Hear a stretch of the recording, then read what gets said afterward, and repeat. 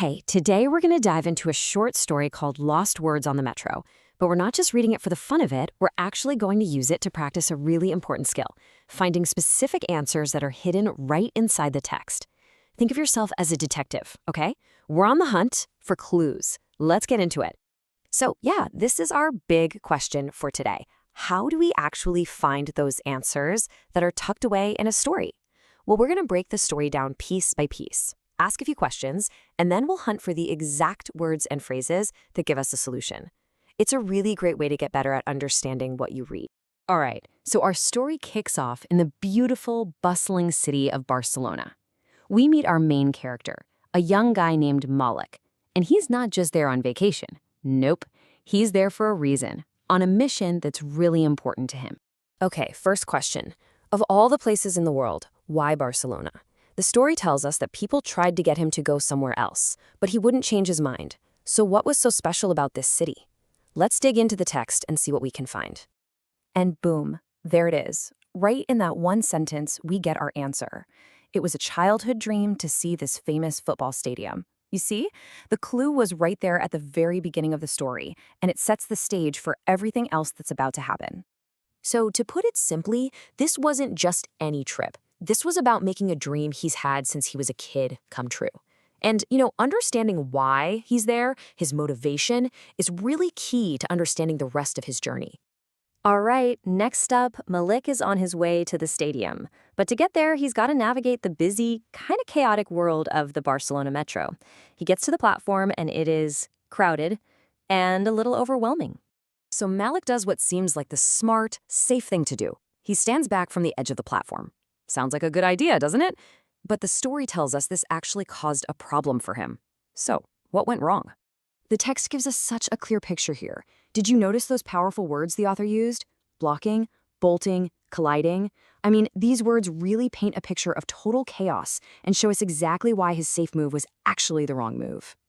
So, the takeaway here is that his good intention kind of backfired. By trying to stay out of danger from the train, he accidentally made himself an obstacle for all the people rushing around him.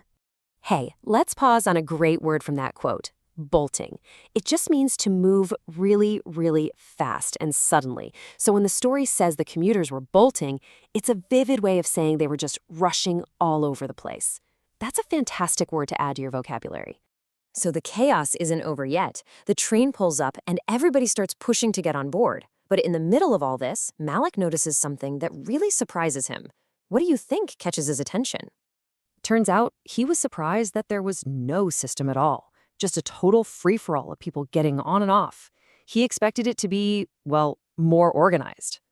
This little detail actually tells us something about Malik, doesn't it? He's an observer. He pays attention to how things work. Okay, so Malik finally squeezes his way onto the train. And if you thought the platform was crowded, well, let's just say the inside of the train carriage is a whole other level of intense. I love how this story shows us this.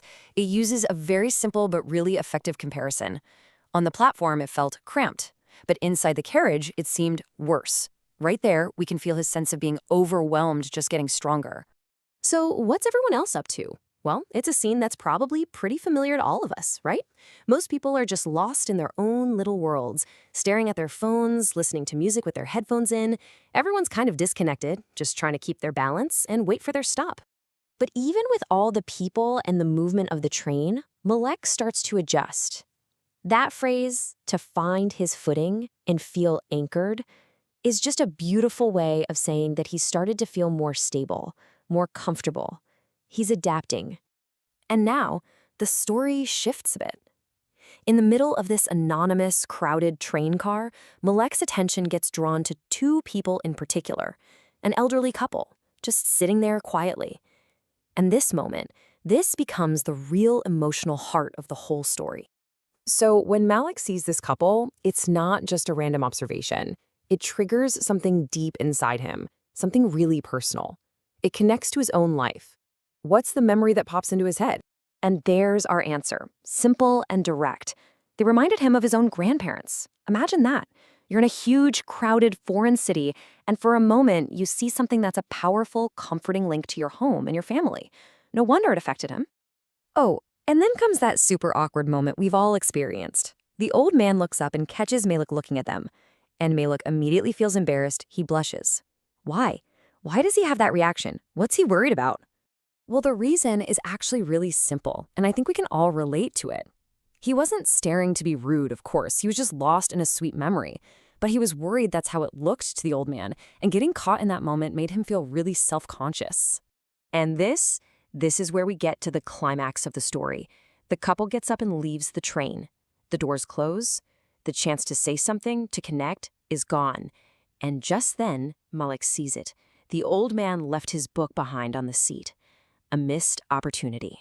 The story doesn't just tie everything up in a neat little bow. Instead, it leaves us right there, in that moment, with that feeling of a missed connection.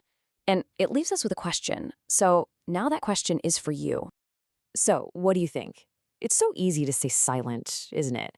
Especially in a crowded public place. It's often safer. It's definitely simpler. But what do we lose when we do that? What about those little chances to help someone or just to connect? This story, Lost Words on the Metro, leaves us thinking about those small moments and the split-second choices we make. So I'll ask you, what would you have done?